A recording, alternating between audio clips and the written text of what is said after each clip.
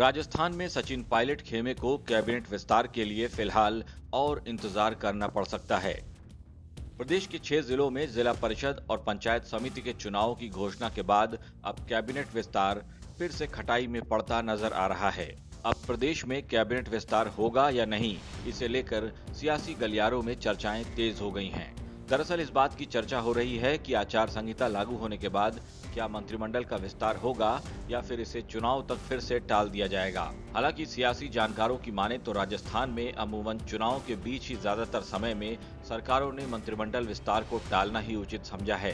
हालांकि जिला परिषद और पंचायत चुनाव के चलते लागू की गई आचार संहिता के बीच मंत्रिमंडल का विस्तार नहीं करने को लेकर कोई संवैधानिक बाध्यता नहीं है। सरकार की इच्छा हो तो मंत्रिमंडल विस्तार और फेरबदल कर सकती है, लेकिन प्रदेश में विधानसभा उपचुनाव हो या फिर पंचायतों और निकायों के चुनाव, आचार संहिता की पालना के चलते अभी तक मंत्रिमंडल विस्तार को टाला ही गया है। चुनावी माहौल में अगर मंत्रिमंडल विस्तार हुआ तो विपक्ष इसे लेकर गहलोत सरकार पर हमलावर हो सकता है। इस बीच अगर कैबिनेट विस्तार हुआ और चुनाव वाले जिलों के विधायकों को मंत्रिमंडल में शामिल किया जाता है तो विपक्ष कांग्रेस पार्टी पर चुनाव में फायदा लेने का आरोप भी लगा सकता है। सरकार के सामने एक और बड़ी समस्या ये भी हो सकती है कि अगर कैबिनेट विस्तार में किसी विधायक को मंत्री पद से हटाया जाता है तो वहां के चुनाव में कांग्रेस को नुकसान भी उठाना पड़ सकता है। लिहाजा अशोक गहलोत ये कभी नहीं चाहेंगे कि चुनाव में कांग्रेस को नुकसान हो, इसीलिए यथास्थिति बनाए रखने का ही समर्थन करेंगे। फिलहाल राजस्थान में मंत्रिमंडल विस्तार होगा या नहीं, ये फैसला कांग्रेस आला कमान पर ही निर्भर है। लेकिन चुनाव की घोषणा के साथ ही गहलोत को भी इस पर माथापच्ची से थोड़ी राहत जरूर मिल गई है, क्योंकि इससे पहले भी गहलोत किसी न किसी बहाने से कैबिनेट विस्तार को टालते नजर आए हैं।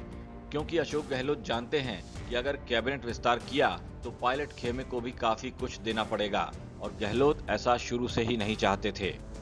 वहीं पंचायत जिला परिषद चुनाव की घोषणा से उन मंत्रियों को राहत मिली है जिन पर मंत्रिमंडल से बाहर होने की तलवार लटकी हुई थी। इनमें जयपुर जिले से प्रताप सिंह खचरियावास, लालचंद कटारिया, दौसा से ममता भूपेश और भरतपुर से सुभाष गर्ग जैसे नाम प्रमुख हैं।